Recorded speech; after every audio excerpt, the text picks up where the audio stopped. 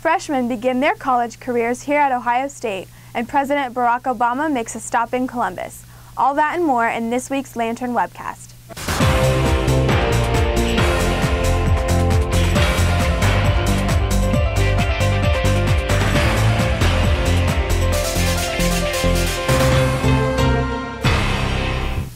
Thanks for joining us. I'm Lauren Clark. Freshmen kicked off their welcome week with Convocation, the Involvement Fair, and Buckeye Frenzy. Speakers for Convocation at St. John Arena included Gordon Gee and Chris Spielman, who told the new Buckeyes that Ohio State is not just football. I love Urban Meyer. I love Ohio State football. That is not Ohio State.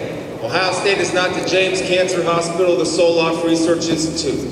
It is not President Gee. Ohio State is all of us. All of us with a common notion of excellence in everything that we do. Because I've had a chance to meet some of you this summer at your orientation, and I have seen many of you in the Twitter sphere.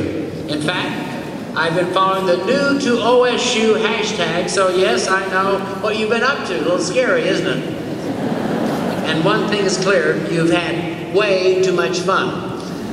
On Sunday, the day before Convocation, most freshmen moved into their dorms, but some faced a rude awakening after receiving an email in late June saying they neglected to fill out their housing contract and all spaces were full. Anna Dwee has the details. Finding a place to live is one of the stressful parts prior to fall semester, and to make it easier for freshmen, Ohio State created the new first-year live-on requirement that makes it mandatory for newcoming students to live on campus during their first year. However, what seemed like a help at first became a downfall for some freshmen who forgot to fill out the needed housing contract. The university told them to look for housing off campus since their 9,504 beds on campus were gone. One building that reached its capacity is the Residence on 10th, which has its debut this semester. Residence assistants and ALS welcomed more than 500 students the past Sunday. These students were the first one to move into the brand new 6-bedroom suites in the U-shaped building that also features a new kitchen, a room for bikes, a lounge with a fireplace, and study rooms. Students were telling the Lantern that they appreciate the space with the building and that they're excited for the upcoming school year. Reporting for the Lantern, I'm Anna Dwee. Before visiting Capital University on Tuesday, President Barack Obama made a surprise visit to Sloopy's Diner in the Ohio Union and took time to snap a few OHIO pictures with students. While at Capitol, the president said he was glad so many students were there as he addressed the importance of higher education. I am glad we've got some students here because I came to Columbus today to talk about what most of the students here are doing every day. Your education. That making higher education more affordable for our young people, it's something I've got a personal stake in. It's something that Michelle has a personal stake in.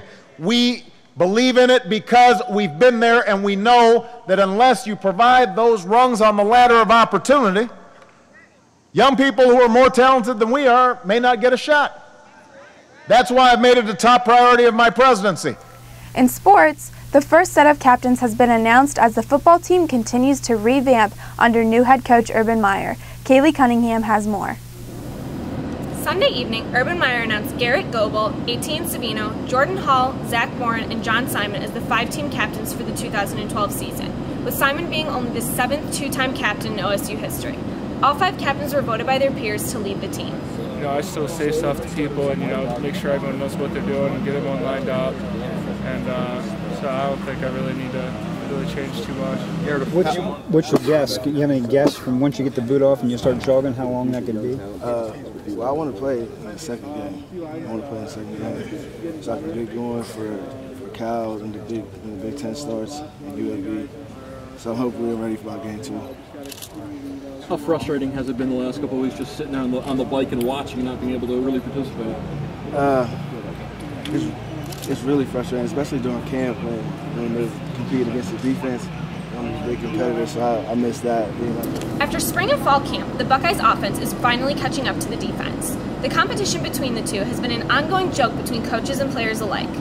Offensive coordinator and quarterbacks coach Tom Herman says he doesn't want to stray too far from the core, but a few minor adjustments have been made to better the offense, including the move of Jake Stoneburner from tight end to wide receiver. Reporting for The Lantern, I'm Kaylee Cunningham. That's all for this week. Make sure you check out The Lantern and thelantern.com for all of your Ohio State news. From all of us here at the Lantern, I'm Lauren Clark. Thanks for joining us.